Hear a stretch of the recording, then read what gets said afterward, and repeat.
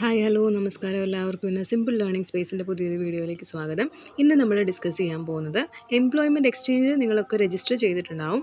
പക്ഷേ എങ്ങനെയാണ് അവിടുത്തെ സീനിയോറിറ്റി ലിസ്റ്റ് ഓൺലൈനായിട്ട് പരിശോധിക്കുക, അതാണ് നമ്മൾ ഇന്ന് നോക്കുന്നത്. ഒരുപാട് പേർക്ക് പ്രയോജനപ്രദമെന്ന് തോന്നുന്ന ഒരു വീഡിയോ ആയതുകൊണ്ടാണ് ഇന്ന് പെട്ടെന്ന് ചെയ്യുന്നത്. അപ്പോൾ എന്ത് ചെയ്യുക, നിങ്ങൾ തീർച്ചയായിട്ടും ഇതുപോലെയുള്ള വിവരങ്ങൾക്ക് വേണ്ടി ഞങ്ങളുടെ ചാനലൊന്ന് സബ്സ്ക്രൈബ് ചെയ്യുക. ഓക്കെ, നമുക്ക് വീഡിയോയിലേക്ക് പോകാം. എക്സ്ചേഞ്ചിൽ സീനിയോറിറ്റി ലിസ്റ്റ് പരിശോധിക്കുന്നതിന് വേണ്ടിയിട്ട് നിങ്ങൾ ടൈപ്പ് ചെയ്യേണ്ടത് employment.kerala.gov.in employment.kerala.gov.in എന്ന് പറയുന്ന ആ ഒരു വെബ്സൈറ്റ് അഡ്രസ്സിൽ നിങ്ങൾക്ക് ഇങ്ങനെ ഒരു സ്ക്രീനായിരിക്കും കാണിക്കുക. അത് ക്ലിക്ക് ചെയ്യുമ്പോൾ national employment service Keralam employment exchange എന്ന് പറഞ്ഞിട്ട് നിങ്ങൾക്ക് കുറേ താഴേക്ക് എന്ത് ചെയ്യാൻ പറ്റും, ഇങ്ങനെ കാണാൻ പറ്റും.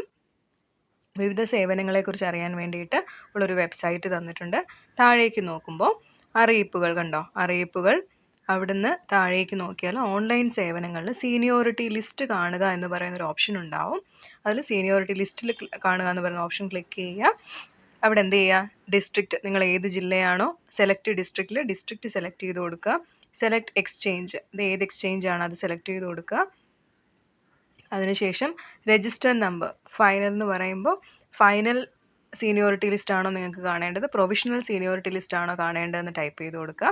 നിങ്ങളുടെ രജിസ്ട്രേഷൻ കാർഡ് ഉണ്ടല്ലോ, എംപ്ലോയ്മെൻറ്റ് എക്സ്ചേഞ്ചിൽ രജിസ്റ്റർ ചെയ്ത രജിസ്ട്രേഷൻ കാർഡിലൊരു രജിസ്റ്റർ നമ്പർ ഉണ്ടാവും, അത് കൊടുക്കുക.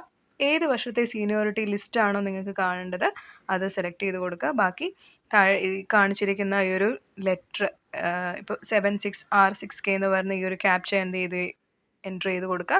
ഗെറ്റ് ഡീറ്റെയിൽസ് കൊടുക്കുന്നുണ്ടെങ്കിൽ നിങ്ങൾക്ക് എന്ത് ചെയ്യാൻ പറ്റും, നിങ്ങളുടെ സീനിയോറിറ്റി ലിസ്റ്റ് അതിലെവിടെയാണ് നിങ്ങളുടെ പ്ലേസ് എന്ന് ഡീറ്റെയിൽ ആയിട്ട് അറിയാൻ സാധിക്കുന്നതായിരിക്കും.